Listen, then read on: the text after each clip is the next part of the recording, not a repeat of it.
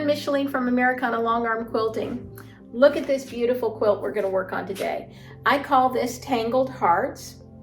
It's got 4 hearts. It's got 5 stars, 1 in the center and then 4 in each of the, or 1 in each of the corners. And it's got this cool square going all through the 4 hearts, which I think is so neat. It's a wall hanging or maybe a crib size quilt. Wouldn't this be fun to give an expectant mother? Because you know, as moms, our hearts get tangled up with our children. It is a bit of an intermediate pattern, but if I can do it, anybody can do it, truly. Now, if you want to make this quilt, there is a free downloadable PDF on our website, and there's a link to that website in the description below. Let's get to quilting it. All right, so let's talk about what fabrics we're going to need to do this Tangled Hearts wall hanging. We need 6 different pieces of fabric. We need a background piece of fabric. We need 3 pieces of fabric for our hearts. And then we need 2 contrast pieces of fabric, 2 fabrics that contrast nicely with our heart fabric. And I've chosen these 2 purples. And all of these colors are in my background. Isn't that sweet? I love this background fabric. Okay. Something I don't always do when I'm quilting is starch my fabric. I'm usually just in too much of a hurry. But when you're working with an intermediate piecing pattern, which this one is, there's nothing magic about it, just you have to take your time. Starching your fabric really, really helps. So I would say starch your fabric on this one. All the cuts are going to be on our website in a free downloadable PDF. Let's get to cutting this. So now that we've got all of our Tangled Heart pieces cut, let me tell you what we've got. Of the background, we have 16 8.5 by 8.5 inch pieces, 25 4.5 by 4.5 squares, 32 of the 3 by 5s. Of the dark red, we've got 28 4.5 by 8.5 inch rectangles. Of the medium red, we have 32 4.5 inch squares and 32 2.5 inch squares. Of the last red or pink, we've got 64 3 by 5 inch rectangles. Of the light purple, we also have 64 3 by 5 inch rectangles. And of the darker purple, we have 12 4.5 by 8.5 inch rectangles, 32 4.5 by 4.5 inch squares, and 32 2.5 inch squares. Now we've got everything cut. Let's take it to the machine and get it all sewn up. All right, so let's get to sewing this Tangled Hearts wall hanging. First thing we're going to use is our 8.5 by 8.5 inch background square. Isn't that a beautiful piece of fabric? So much fun, right? Okay, and then we're going to need a couple of, we're going to need light and dark, not light and dark, where are they? Here they are. So I'm going to need purple squares, like that. And we're going to need our pink squares, yes. And we're going to need, that's it. That's the 3 things that we need. Getting ahead of myself. Now, I have drawn a line very carefully. Everything about this block, you know, I told you it was an intermediate block. You want to be conscientious and you want to take your time and do things really precisely. There's a line drawn from this corner to this corner. I don't know if you can see it or not. Bring it up closer.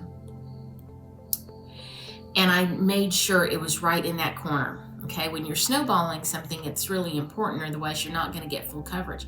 I also drew a line 1/2 inch away, and you know what that's for? Because I am going to make a half square triangle while I'm doing this, okay?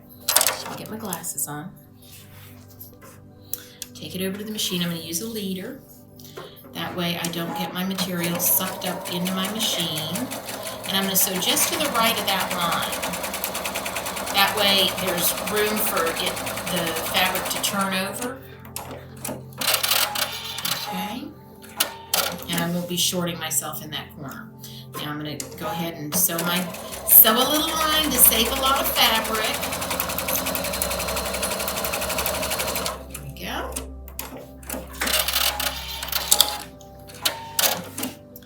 Clip off that leader. Let me show you. See? Nice amount of coverage. So now I'm going to trim that off.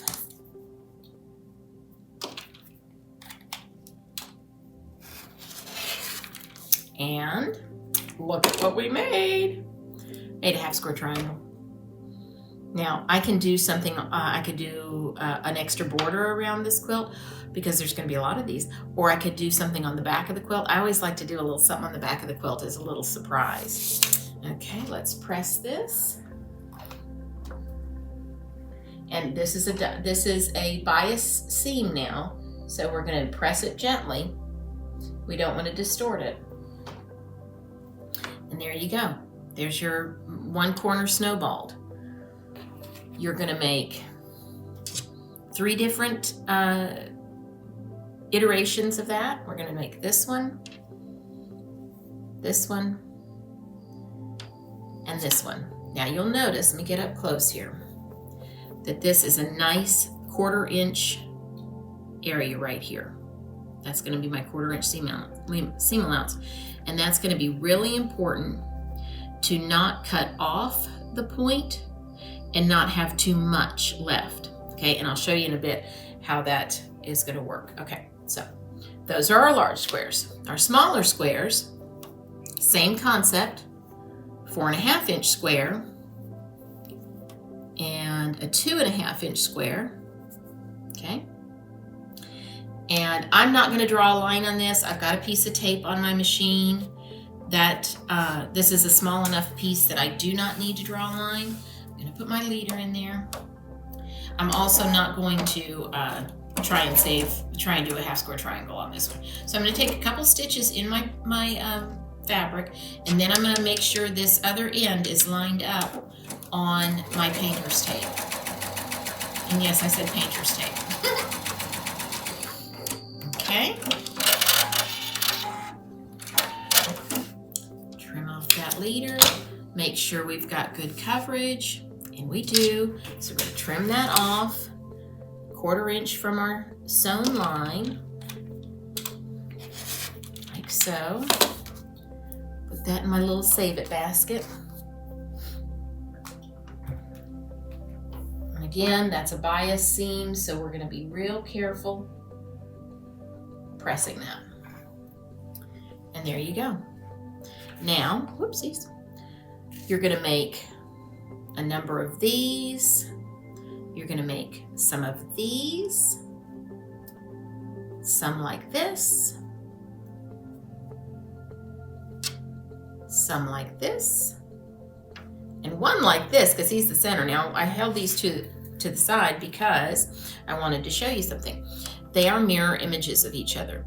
This is really important going forward in this quilt, that you do mirror images of some things.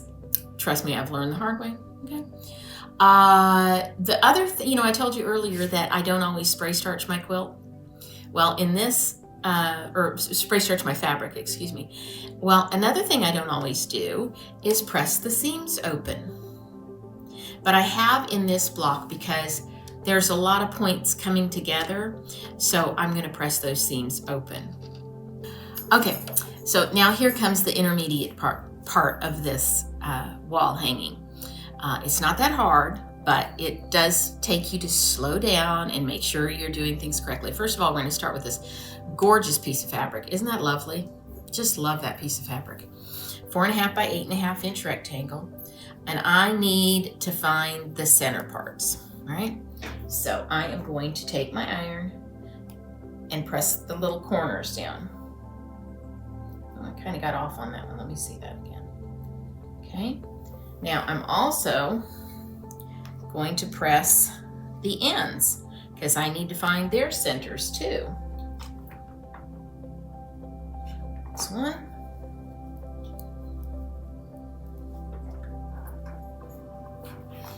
Whoopsies. Trying to burn myself with my little iron. Okay, there we go. Now I've got a crease in all of my centers.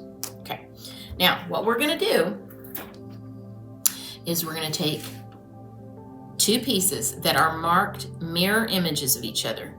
Not sure you can see that, but one mark goes from precisely the corner of this corner diagonally down to that one.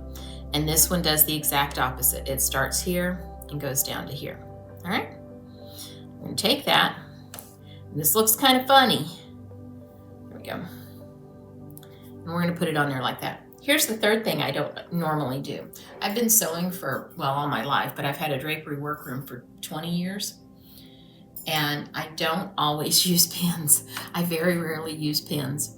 But in this situation, I'm going to. Those points, those 1/4 inch points are really, really important. So I'm gonna use my little sunshine pins. And you wanna hear something fun? You know, I told you you're gonna have fun on this channel. So I don't use a pin cushion. I use like a glass bowl or something like that. Well, the space I have between the lip of my table and my sewing machine here is only about 4 inches. So that's not really enough room to put my little bowl of pins. So I found something. Yes, that's a corn holder. But it works. Necessity is the mother of invention. All right, now we're gonna take our little pin here and I'm gonna poke it through the line, right? And then I'm gonna go to where that creased line is, and I'm gonna come up about 1/4 inch. And I've been doing this so long that I can pretty much eyeball 1/4 inch. If you can't, make a mark. All right, I'm gonna put that down there like that, overhanging a bit because this is I have intentionally left this a little big, and I'm just gonna slide my needle in. I'm not going to poke it back through. I'm gonna do the same thing over here. I'm gonna find out where my 1/4 inch is there, see where that line crosses over, and I've left it unpinned so that I can pivot this, okay? See, I can make this pivot. So I'm just gonna pivot it to where that line is hitting my needle. Then I'm gonna come through like this, okay? Then I'm gonna take a little bite out of that like that and fix the other one. And then I'm gonna come over here and I'm gonna sew. All right.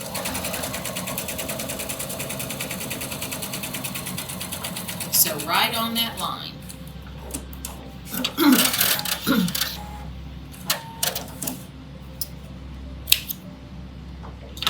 Okay. Now, let's see if we have coverage, and we do. Sure looks funny, doesn't it? It'll get better. So we're going to take and press this and gently press that back. And then we're going to come here and look at that now. So see, I didn't have to worry about a precise cut on that smaller rectangle. I just made it a little bit larger. I was going to have to trim it anyway because of this guy right here. So I just made it a little bit big. Now I can lay this right sides down on my cutting mat and bring my ruler over and line it up exactly with that 8.5 by 4.5 rectangle and cut off these ends.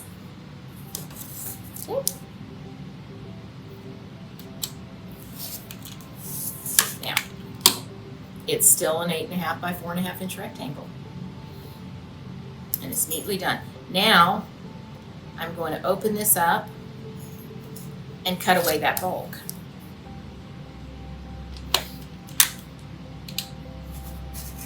There we go. Now I'm going to take it back to the ironing board and I'm going to press open the seam. Okay, so I'm just going to kind of do a little finger pressing there because I find that I can hold it in my hand a little bit easier when I start that seam being pressed open.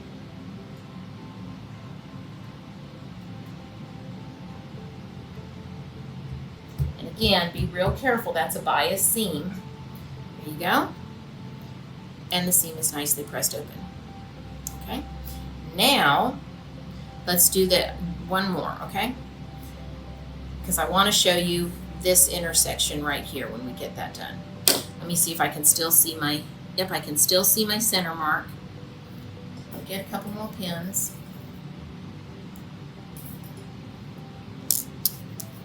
And let's go up here first. I stick my pin through the line, and then I'm going to find my 1/4 inch. Put those, mash those together, and just slide the pin like that.